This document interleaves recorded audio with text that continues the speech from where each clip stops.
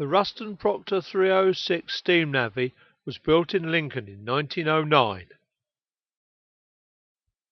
The first photograph shows it at work in a chalk quarry near Arsley, Bedfordshire. The quarry was owned by Portland Cement, and 306 remained there until the quarry closed in 1931. 306 was left in the quarry after closure, and the quarry flooded and was known locally as the Blue Lagoon. The jib of 306 has always been visible above the water. It was rescued from the Blue Lagoon in 1977, and some restoration took place in Lincoln. In 2011 it was transferred to the Vintage Excavator Trust at Threlkeld. The first two photographs, taken in 2011 at Threlkeld, show parts of 306 before restoration. The second two photographs, taken in 2013, show restoration underway.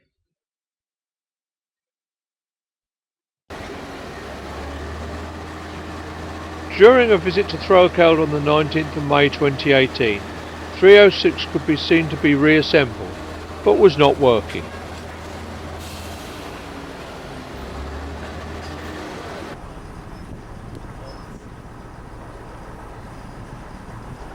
.306 was next seen on the 7th of May 2022, when it could turn about its axis and raise and lower the digging bucket, but was not digging.